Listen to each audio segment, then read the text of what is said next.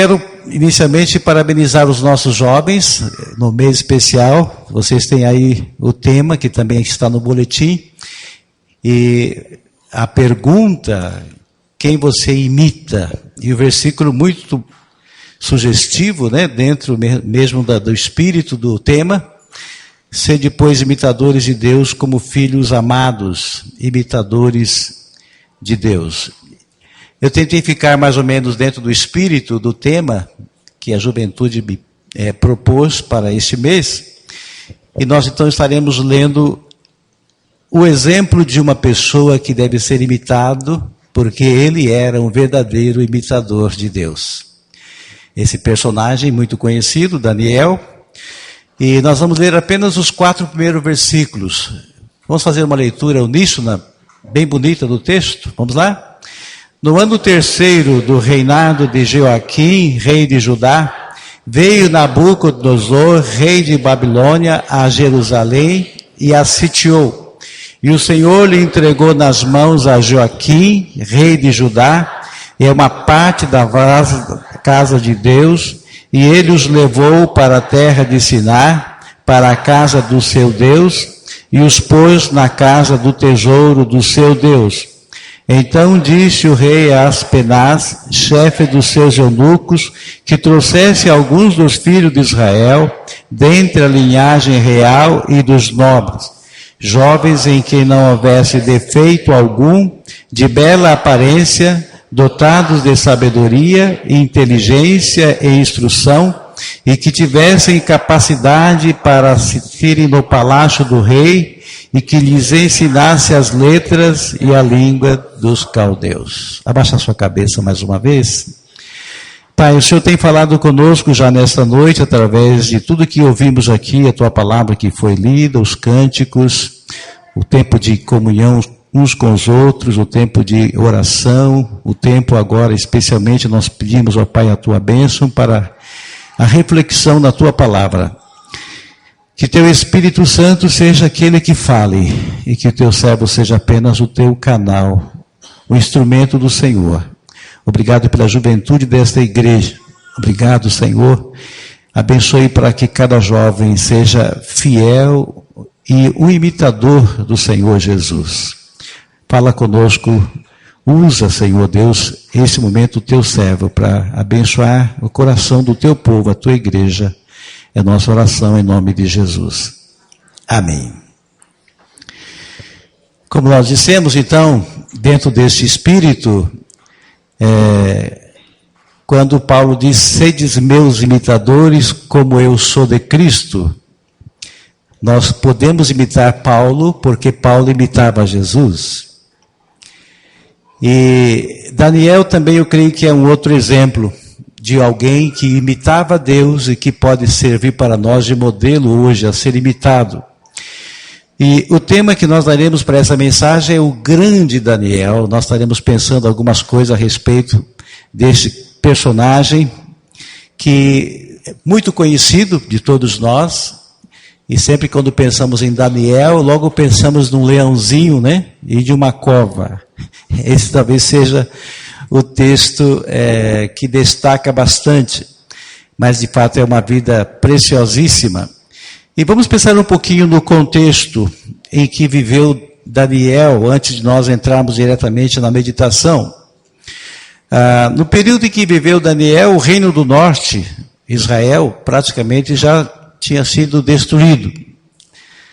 Não existia mais, e a razão desta liquidação realmente que houve do povo foi a desobediência. Nós conhecemos bem o texto bíblico. Ainda restava ao povo o reino do sul, Judá. Mas Judá também começou a dar os mesmos passos e, caminhando para a desobediência, começou a experimentar grande decadência espiritual, moral, em todos os aspectos. E é nesse contexto que Daniel vivia, quando Deus, então, na sua soberania absoluta, decidiu punir o povo de Israel, não porque estivesse com raiva dele, mas porque tanto ama, que queria salvar o povo daquela decadência terrível, quando Deus, então, manda o cativeiro babilônico. Não é a maneira preferida de Deus agir, trazendo dor e sofrimento, mas muitas vezes Ele faz porque nos ama e sabe que há muita situação que é apenas no vale que nós somos capazes de nos lembrar de Deus, é verdade? Qual é o momento que nós mais amamos a Deus e mais buscamos a Deus? Não é o momento que estamos passando no vale mais profundo? E quando Deus permite que nós passamos por momentos assim difíceis, é porque Ele nos ama, a prova absoluta do seu amor. Esse texto veio Nabucodonosor, rei da Babilônia, a Jerusalém, e a sitiou, e o Senhor lhe entregou nas mãos a Joaquim, rei de Judá. Não era o poder militar da Babilônia, não era a força do exército, era a mão de Deus. Porque esse texto está dizendo que foi o Senhor que entregou nas mãos da Babilônia o povo de Israel, exatamente por causa do mesmo problema do povo de Israel do norte, que é a desobediência. Em 605, portanto, acontece o domínio de Nabucodonosor. Nabucodonosor, com todo o poder militar da Babilônia, invade pela primeira vez a cidade de Jerusalém, neste ano de 605 a.C., e levou cativos então alguns jovens para serem ali treinados e instruídos na Universidade da Babilônia. E veja o que diz o texto: e que lhes ensinasse as letras e as línguas dos caldeus. E entre estes jovens que foram levados cativos, prisioneiros para a Babilônia, nós encontramos então Daniel e os seus 3 amigos, Ananias, Misael e Azarias. Nós vamos concentrar a nossa meditação nessa noite no personagem básico da nossa palavra, que é Daniel. E pensar na grandeza desse homem de Deus, que nesse período era apenas um adolescente. E nós podemos dizer que realmente era grande Daniel. O versículo 4 nos dá a indicação de que ele era bonito, um jovem bonito, bela aparência, não tinha nenhum defeito físico, inteligente, fazia parte da nobreza de Israel, dos nobres de Israel, mas o texto não fala nada a respeito do seu porte físico, da sua estatura, se era alto, se era baixo, como era. A gente não sabe o tamanho de Daniel em termos físicos, mas nós sabemos muito bem o tamanho de Daniel na grandeza do seu caráter. Homem de um caráter inabalável.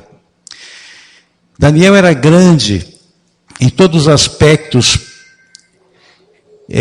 especialmente naquilo que diz respeito ao seu interior, de uma integridade invejável e deveria ser desejada por todos nós.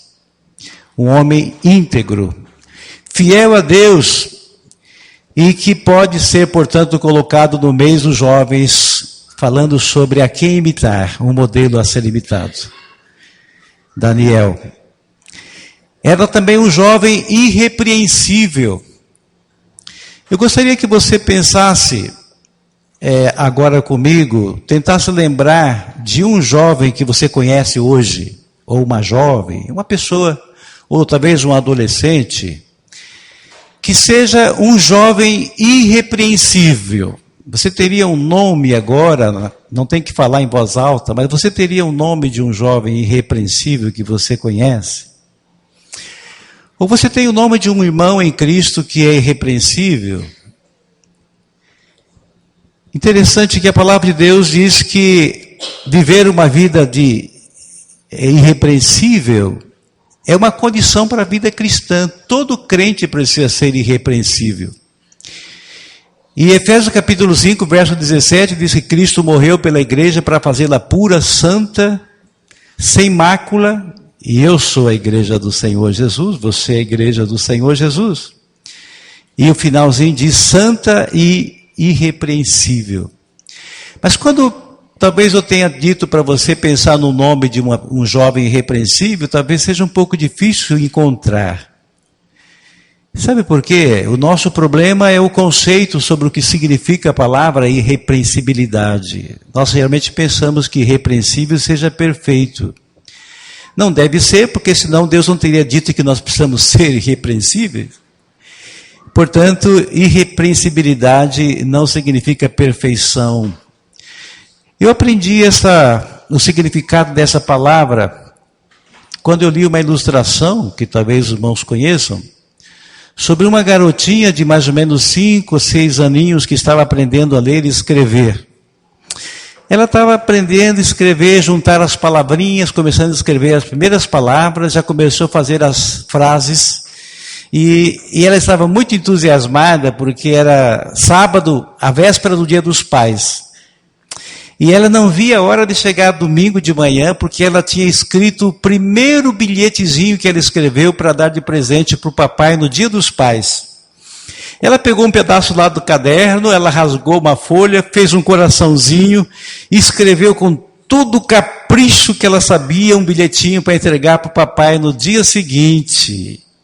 E ela fez o bilhetinho muito bonito, fez o coraçãozinho, e ela dobrou e ficou aguardando domingo cedo para dar para o papai o primeiro bilhete que ela escrevera.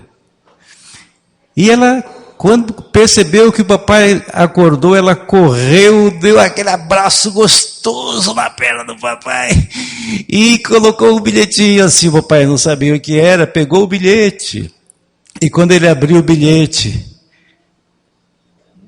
ele disse assim: "Ô, minha filha, não é assim que escreve não, filha." Você acha que foi assim que o papai recebeu? Aquele pai derreteu-se inteirinho. Foi o bilhete mais lindo que ele recebeu na vida dele. Era um bilhete irrepreensível. Não era perfeito, mas ela colocou naquele bilhete tudo que ela sabia fazer, o melhor. Isto é irrepreensibilidade. Deus não quer você, jovem, seja perfeito, mas Ele quer que você dê o melhor para Jesus. Esse pai jamais repreenderia essa criança, porque aquele bilhete era irrepreensível, porque ela colocou nele todo o seu ser, todo o seu coração e todo o seu amor. Meu querido jovem, meu querido irmão que está aqui, Deus quer que você seja um crente irrepreensível, que não é um crente perfeito, mas alguém que ame a Jesus com toda a sua alma, com todo o seu ser, que você dê o melhor para Jesus.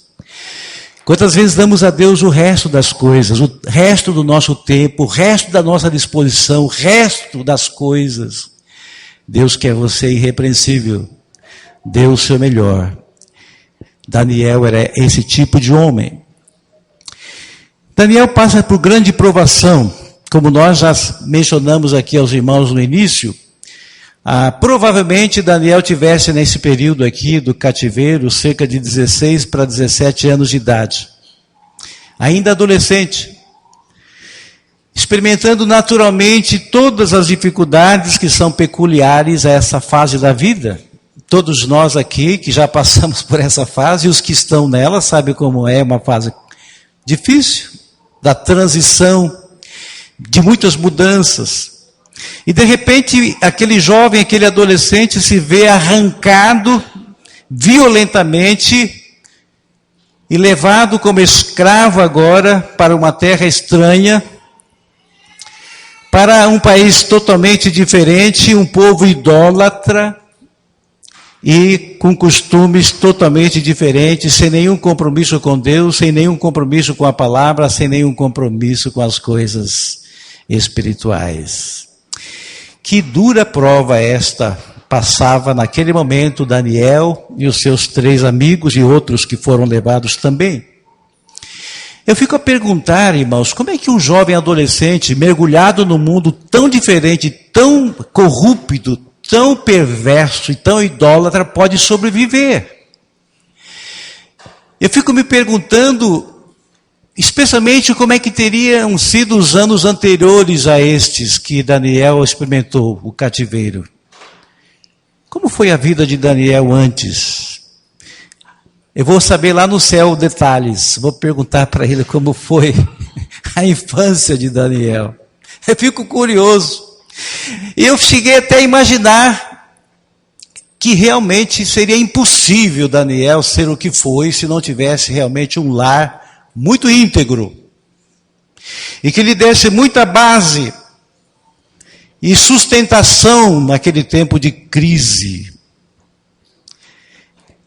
Certamente Daniel tinha uma grande família. Se não estiver correto lá no céu, Deus corrige a gente, né? Mas eu imagino que sim. Eu imagino que a vida de Daniel, nesses 16, 17 anos em casa, de um lar onde Deus era amado, um lar onde Deus era reverenciado, uma família que fazia diferença na vida dos seus filhos, pais, não sabemos nada sobre eles, mas certamente marcaram a vida desse servo para a vida toda, como marca a vida de todos nós um lar temente a Deus na nossa infância. No seio de uma família onde o seu caráter foi trabalhado, onde a sua personalidade, onde as coisas básicas de alicerce da vida foram forjados. Benditos anos, 16 anos ou 17, que Daniel pôde viver certamente num seio de uma família que temia Deus, que amava o Senhor. E a gente pode pensar em tantos outros benditos anos ou meses e depois anos que Moisés pôde ter lá no seu lar Joquebede, serva fiel. Timóteo, Eunice e a sua avó Lloyd, leiam comigo.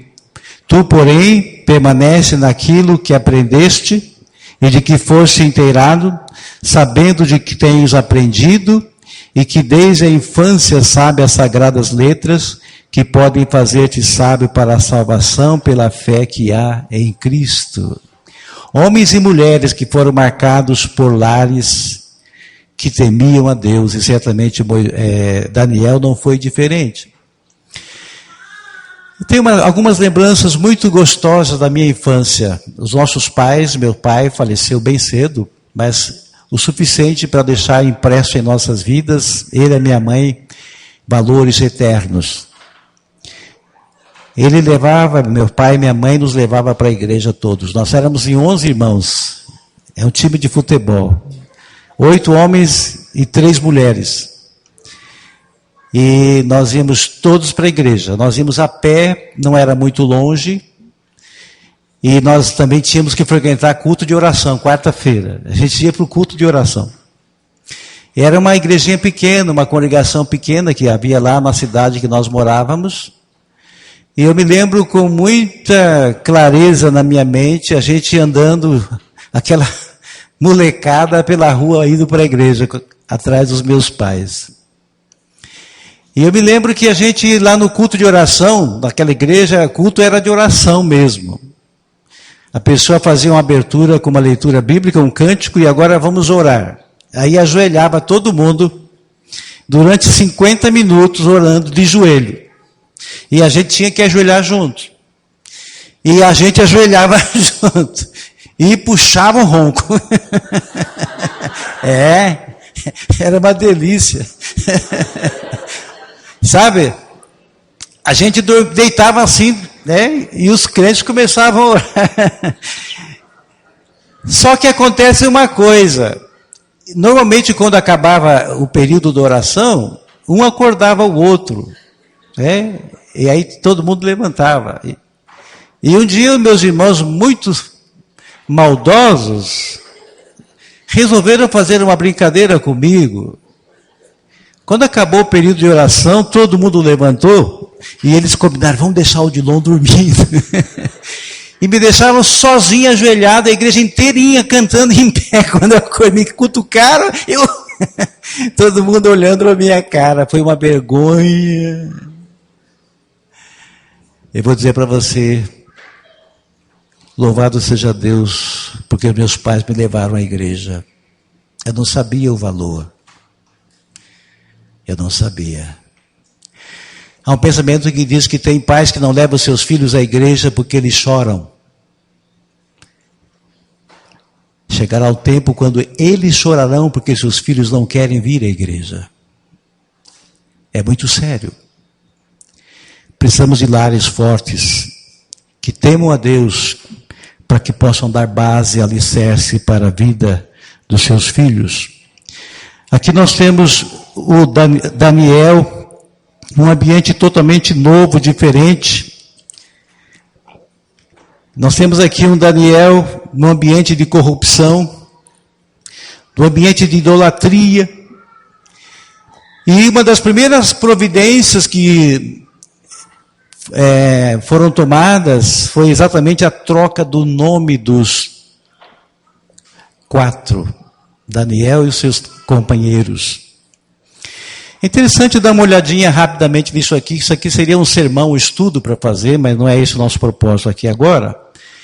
Mas as raízes do nome de Deus, El, e essas letras aí, YA, que fazem parte das letras de Javé, de Jeová.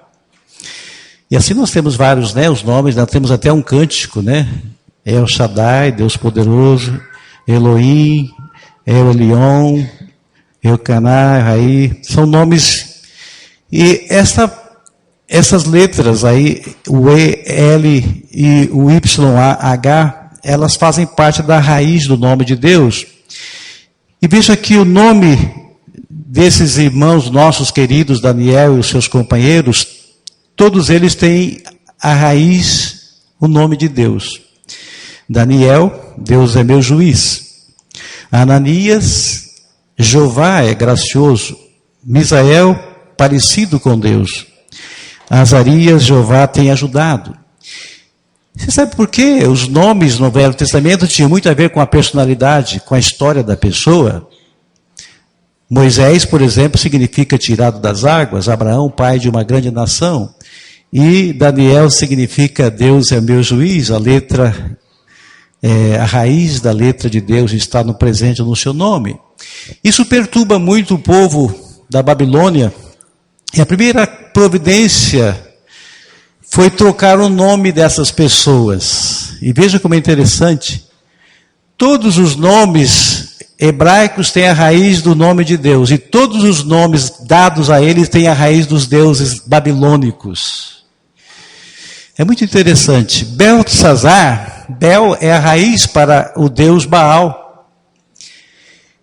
E Nabucodonosor estava dizendo, você não vai ser mais de Deus, não. Você agora vai ser servo de Baal.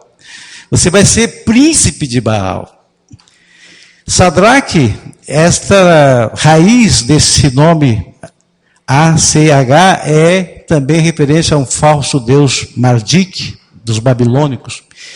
Mesaque também é a mesma coisa, e Abdenego, um falso deus Nebo. Vejam que a primeira providência foi trocar o nome dessas pessoas, porque eles foram para uma nova cultura, eles foram para uma nova realidade, eles foram para um país que tinha deuses diferentes, e eles então disseram, você não vai ser mais Daniel. Não, você não vai ser mais Daniel. Deus não é mais o seu juiz, mas agora você vai ser Beltesazar, porque agora você é príncipe de Baal. Que coisa terrível. Era na realidade, irmãos, amigos, uma tentativa de ajustar aqueles jovens à realidade da cultura pagã, idólatra da Babilônia. Era uma tentativa de moldá-los, colocá-los numa forma, se assim podemos dizer, uma forma babilônica. É exatamente o que o mundo tem tentado fazer conosco, tem tentado fazer com os nossos jovens, adolescentes e adultos também. Mas veja a advertência da palavra. Eu quero que os irmãos leiam comigo uma leitura bem bonita, todo mundo. E não vos conformeis a este mundo, mas transformai-vos pela renovação da vossa mente, para que experimenteis qual seja a boa, agradável e perfeita vontade de Deus. O mundo quer que nós nos conformemos à sua forma, ou seja, tomemos a sua forma, sejamos moldados no modelo que o mundo oferece. E caminhando para o encerramento, Daniel é grandemente pressionado. Grande pressão que Daniel sofreu, tanto ele como seus amigos, mas pensando especificamente em Daniel, para torná-lo um príncipe de Baal, a começar pelo seu nome. Mas Daniel era um servo de Deus, não somente no nome, mas era um servo de Deus. E quando trocaram o seu nome, ele estaria como que dizendo: podem mudar o meu nome quantas vezes quiserem, mas eu continuarei sendo o servo do Senhor Jesus, porque vocês não podem mudar o meu coração. Podem mudar o meu nome, mas não podem mudar o meu caráter. Podem mudar o meu nome, mas eu continuo sendo servo do Deus eterno. Daniel tinha raízes profundas. Não deixou se moldar pela Babilônia. Queridos, especialmente os jovens, mas todos nós que estamos aqui, o mundo é exatamente a Babilônia que quer moldar você. O mundo está tentando modelar você, ajustá-lo à sua maneira de pensar, à sua maneira de viver. E a Bíblia diz que o mundo está no maligno. O mundo está no maligno. E aqui nós temos a advertência bíblica. Pode ler comigo? Não ameis o mundo, nem o que há no mundo. Se alguém ama o mundo, o amor do Pai não está nele. O mundo quer enquadrar você dentro da sua forma. Mas o alicerce de Daniel, o fundamento de Daniel, fez exatamente o contrário. Ao invés do Babilônia moldá-lo, ele moldou Babilônia, porque ele foi de uma influência tremenda, como nós conhecemos, por exemplo, quando chega lá na experiência da Cova dos Leões, a se fazer uma publicação dizendo que o Deus verdadeiro era o Deus de Daniel. Era um jovem que não deixou influenciar, mas que influenciou. Não deixou se modelar, mas foi modelo, como é modelo para nós hoje também. A Babilônia de hoje, que nós enfrentamos, esse mundo com todos os seus valores apodrecidos, totalmente apodrecidos, fazendo todo tipo de pressão sobre nós para que nós possamos começar a pensar como ele, como o mundo, agir como o mundo, enquadrar no mundo. E a avalanche é muito grande, meus amados. Eu fico realmente intercedendo muito pelos nossos jovens, pelos nossos adolescentes, cercados por colegas nas universidades, nos colégios, nas escolas, por professores ateus, por colegas que são perversos. É uma avalanche tremenda neste mundo, tentando fazer com que o jovem e que o crente tome a forma do mundo. O poder da mídia é uma coisa tremenda. Essa imundície que está derramando em nossos lares todos os dias. O mundo está tentando fazer-nos pensar como ele. Tentando abraçar com naturalidade o que é imoral. Veja, é isso que o mundo está fazendo. E há muito crente já vendo como normalidade algumas coisas, de tanto ver porcaria e imoralidade, que já não assusta muito mais. É o mundo que nós vivemos hoje, tentando nos moldar na perversidade. Você quer ver uma pessoa ganhar horário nobre? Faça uma grande besteira, você ganha horário nobre. Faça alguma coisa nobre, você não ganhará nenhum tempo na televisão. É o mundo que nós vivemos.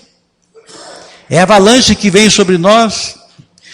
Jovens que não têm lares assim tão sólidos, que não têm alicerce, sofrerão muito mais diante dessas pressões do mundo.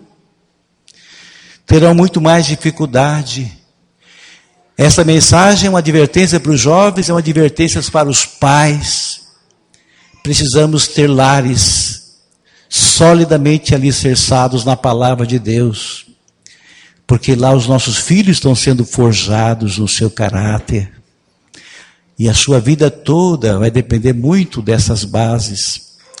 É interessante uma estatística, talvez os irmãos conheçam essa estatística, um estudo que foi feito. Pelo menos 3 tipos de lares são mencionados nessa estatística: lares de cristãos fiéis, lares de cristãos medíocres. Há muitos cristãos crentes medíocres, crentes carnais, crentes que vivem uma vida cristã muito derrotada, crentes que não são exemplo para os seus filhos, crentes que são uma coisa domingo à noite, segunda-feira é outra coisa na casa. Isso tem trazido muitas tristezas. E um terceiro tipo de lar de pais incrédulos. Quando um crente se converte, um jovem, uma pessoa se converte, e que toda a família se opõe, e que toda a família faz oposição, dificuldade para a pessoa não seguir a Cristo. Interessante que foi feita uma pesquisa, tentando descobrir a origem das pessoas. Os servos fiéis que foram entrevistados em várias partes do mundo, pastores, missionários, líderes, crentes de modo geral, mas pessoas seriamente comprometidas com Deus, para descobrir a origem dos seus lares. Os irmãos sabem qual foi o resultado dessa pesquisa? Quase que a totalidade desses crentes vieram de lares piedosos, lares cristãos fiéis, sinceros, comprometidos com Deus. Os nossos filhos muitas vezes entram em crise por causa da nossa incoerência com aquilo que nós pregamos, com aquilo que nós vivemos. Quase que a totalidade desses grandes homens e mulheres do mundo todo vieram de lares piedosos, lares tementes a Deus. Uma outra pequena porcentagem, mas o restante vieram de lares de incrédulos. Pessoas que se converteram, ficaram sozinhos na casa, tiveram dificuldade, tiveram provação, tiveram reprovação, tiveram tudo dentro da sua casa, mas permaneceram fiéis no Senhor Jesus Cristo. E sabe o que revelou esta pesquisa? Lares de crentes medíocres não produzem crentes, grandes crentes, meus irmãos. Essa é uma coisa muito triste. Isso é muito triste. Lares cristãos medíocres não produzem grandes crentes. Porque nós precisamos de base, de alicerce, de exemplo, de modelo. Para terminar, Daniel tinha uma integridade inabalável. Que coisa tremenda esse jovem. Nós vemos dias de total falta de integridade, inclusive no meio dos crentes.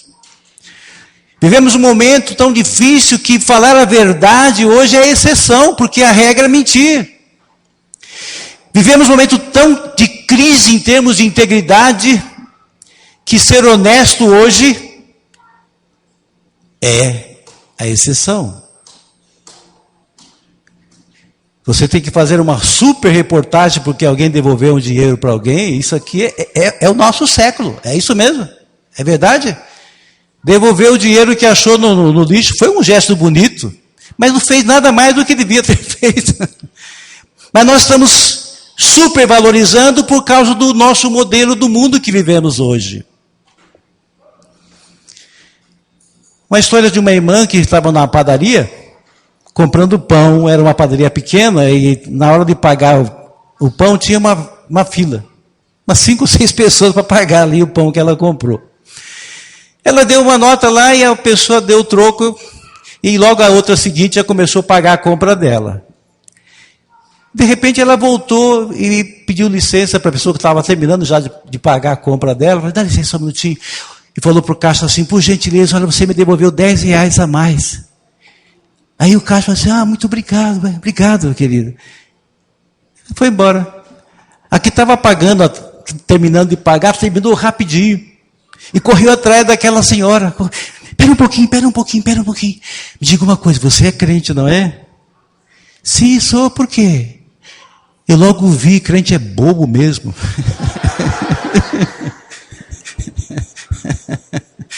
Irmãos, é o tempo que nós estamos vivendo. Ser honesto é ser bobo, porque ser inteligente é ficar com dinheiro que não pertence a você. Ser esperto É o mundo que nós vemos. E nós precisamos de homens e de mulheres, de jovens e adolescentes, crentes no Senhor Jesus, que tenham a integridade. Essa integridade maravilhosa. Agora um jovem sozinho, num país estrangeiro, imagina que situação. Longe do olhar dos pais, não tem mais papai para vigiar. Longe do olhar do pastor, do sacerdote, distante de tudo, de todos. Quanta oportunidade ele teve para dar vazão a todos os seus sentimentos, a todas as suas paixões, a todos os impulsos da sua carne, da sua natureza pecaminosa. E deixa eu dizer uma coisa a você, meu jovem querido que está aqui. É exatamente quando você está sozinho que você, longe dos olhares das pessoas, longe do olhar dos seus pais, longe do olhar dos seus amigos, longe do olhar do seu pastor, é lá que você revela o seu verdadeiro caráter. Daniel era um homem de Deus. Assim como José do Egito, que também a semelhança de Daniel manteve a sua integridade quando a mulher de Potifar tentou seduzi-lo. Era um homem comprometido com Deus. Quem você imita? Que Deus possa nos abençoar nessa noite e aplicar a sua palavra ao nosso coração. Baixe a cabeça um instante em oração. Eu não sei se tem aqui alguém talvez que não tenha entregue a vida a Jesus ainda.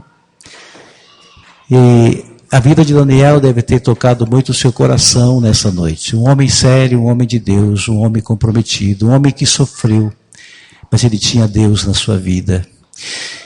Você pode entregar seu coração a Jesus agora, se você não fez isso. Pode ser um jovem, um adolescente, um adulto, uma senhora, um senhor. Mas eu não gosto de terminar o culto sem dar uma oportunidade a você. Você pode dizer, Senhor, eu quero entregar minha vida a Ti, Jesus. Eu sei que este mundo é um mundo corrupto, um mundo cheio de perversidade, tem recebido muitas pressões do mundo, talvez da sua própria família, mas você fala, Senhor, hoje eu quero tomar um passo decisivo de seguir a Jesus. Eu entrego a Ti a minha vida, Jesus. Obrigado porque Cristo morreu no meu lugar, perdoa os meus pecados. Eu entrego a Ti agora a minha vida e confesso que Jesus é o meu único Senhor. Alguém entregar a vida a Jesus nessa noite? Dá um sinal com a sua mão. Se você deseja fazer isso, alguém aqui nessa noite, qualquer pessoa que não fez ainda uma decisão. Estou falando sobre ser membro desta igreja, estou falando sobre um compromisso com Jesus. Deus vai orientar você sobre a igreja. Alguém? Lá na galeria tem alguém? Aqui embaixo. Deus amado, obrigado, Senhor, por Tua palavra, que é tão clara, tão simples. Ajuda-nos, ó Deus, a aplicá-la à nossa vida amanhã, na segunda-feira. Lá quando recebemos a pressão do mundo, das pessoas, a pressão de pessoas ímpias. Ó Deus amado, ajuda-nos como Daniel, a manter sempre o nosso olhar firme em Jesus. Mesmo quando estamos distantes de tudo e de todos, sabemos que o Senhor está nos olhando, está nos acompanhando e está nos fortalecendo. Abençoe cada jovem desta igreja, cada adolescente desta igreja, que a Tua palavra seja aplicada ao coração de cada um deles e também a toda a igreja, Pai. Ajuda-nos a viver uma vida de integridade na Tua presença, Senhor, de dependência de Ti. Aceita a nossa gratidão. É a oração que fazemos em nome de Jesus.